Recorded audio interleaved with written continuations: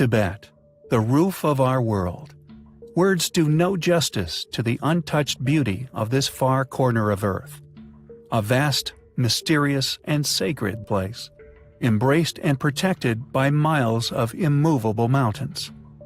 Monasteries, built many hundreds, sometimes thousands of years ago, stand in defiance of the elements, precariously placed among the clouds.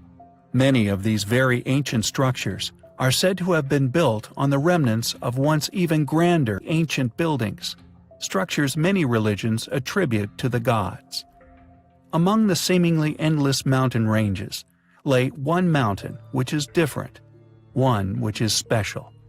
It is believed by most of Tibet, and even further afield, that the god Shiva lay buried within this sacred mountain. According to ancient beliefs, this enigmatic Tibetan mountain represents the axis of the world, the stairway to heaven. In many Eastern countries, Mount Kailash is considered the holiest place on earth, some ancient sources even suggesting it is where one could find the mysterious city of the gods. It is indeed regarded within the climbing world as unascendable. A route has never been located and probably never will. Few have been brave enough to even go near this place in the past century. There may be some profound reasoning behind these ancient clusters of human beings, regarding this particular mountain over all others as sacred and as the resting place of a god. There may, however, be ulterior motives at play when it comes to the discouragement of climbers in attempting the peak. A team of Russian scientists, intrigued by the history and a possible suppression of its true nature, have suggested after covert explorations that the top of Mount Kailash is not a natural formation.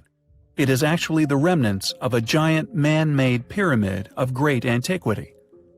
Just how old this pyramid could be currently remains unclear. What also remains unclear is if the entire mountain is a man-made pyramid, disguised by the erosion of many millennia. The research team claimed, quote, "The stratum is horizontal with the layers of stone slightly varying in color. The dividing lines show up clear and distinct, which gives the entire mountain the facade of having been built by giant hands of huge blocks of reddish stone." End quote. A mysterious claim put forward in regards to the mountain concerns rapid aging when in the area. After spending 12 hours in the region, the length of nails and hair was equal to 2 weeks of normal growth in some cases. Several mystics have said that the mountain has a secret entrance within it, leading to the legendary kingdom of Shambhala. Legend also states that when the ice on its peak finally melts, it will reveal the eye. Professor Ernst Muldashev, Ph.D., a doctor and explorer who traveled Tibet extensively, said later in his life, quote, "There are 2 underground countries, the Shambhala and Agartha, which are each part of the gene pool of humanity and civilization. Information provided by the Thule Society shows there is a higher civilization coming from the Himalayas and divided into 2 branches, the Shambhala and Agartha, the former being the center of power protected by unknown forces and energy." End quote. An understanding of what sort of pyramid Kailash could be, or indeed just how special it is, may take several years to establish. I will, of course, keep you posted. Fort Ransom is a small place within the state of North Dakota, USA, that may hold an enormous, yet quietly held secret. In this small slice of the rural farming lands of the United States lies a place known as Pyramid Hill, a small, modest pyramidal mound, which is very similar in shape and size to the curious pyramidal mound found in other parts of the world, such as Silbury Hill, a chalk pyramid within the UK. Long argued by a number of funded geologists as a mere natural formation. However, local residents, along with historical accounts within the area, have strongly disagreed with these conclusions, since their predictable acceptance by the academic community. A vast portion of the surrounding population believe, including a number of specialist historians and archaeologists, that Pyramid Hill is in fact that of a man-made pyramid, What's more, they hold to the belief that it is the oldest pyramidal structure on Earth. What makes this site the most interesting, we feel, however, and the reason for this video, is the writing stone which was found nearby some centuries ago.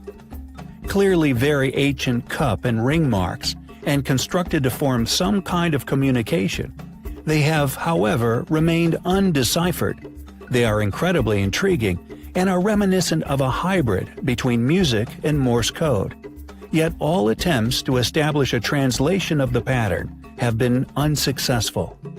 Located in the Cheyenne River Valley, in southeastern North Dakota, pitted mysteriously cup and ring marked boulders appear in Saskatchewan, South Dakota, Iowa, and many other sites all over the world. Just who created them remains a mystery. Was the writing stone left by the original builders of Pyramid Hill? If so, why is it an unknown language? Who wrote it? Is Pyramid Hill really the oldest pyramid on Earth? Built by an unknown culture who clearly spoke and wrote a highly complex and as yet undecipherable language? Perhaps one day we will find out the truth. We recently covered the so-called Inca Road, an ancient stone pathway that stretches an astonishing 25,000 miles across Peru, Chile, and far beyond. Linking countless ancient, as yet unexplained ruins, this enormous ancient road was carved straight through solid cliff faces, along near vertical rock faces, and is an astonishing example of ancient architecture. Although currently claimed as being Incan, and conveniently often overlooked by mainstream academic study, along with the sites it connects, it is clearly an example of building capability far out of the reach of Incan civilization. The Huaca del Sul, an adobe brick temple that, regardless of the clear feat of its construction, along with the currently recognized number of builders involved, is, regardless of these facts, still stubbornly claimed as having been built by the so-called Moche civilization between 100 CE to 800 CE. Located upon the northern coast of Peru, the temple is one of several ruins found near the volcanic peak of Cerro Blanco. The other major ruin at the site is the nearby Huaca de la Luna, a better preserved but smaller temple. According to academic opinion, by 450 CE, 8 different stages of construction had been completed on the Huaca del Sul. The technique was additive. New layers of bricks were laid directly on top of the old, hence large quantities of bricks were required for the construction. Archaeologists have estimated that the Huaca del Sul was composed of over 130 million adobe bricks, and was the largest pre-Columbian adobe structure built in the Americas. The number of different makers' marks on the bricks suggests that over 100 different communities contributed to the construction of the Huacas. Yet, regardless of the clearly astonishing ancient feat that this structure was, largely attributed to be the remains of an ancient pyramid, the facts surrounding the past true purpose of this structure is merely ignored in favor of an attribution to a more modern ancestor. For if it is indeed noted as being that of an ancient pyramid, like many alternative, independent, and often nicknamed fringe researchers have, it would open the door to some controversial questions.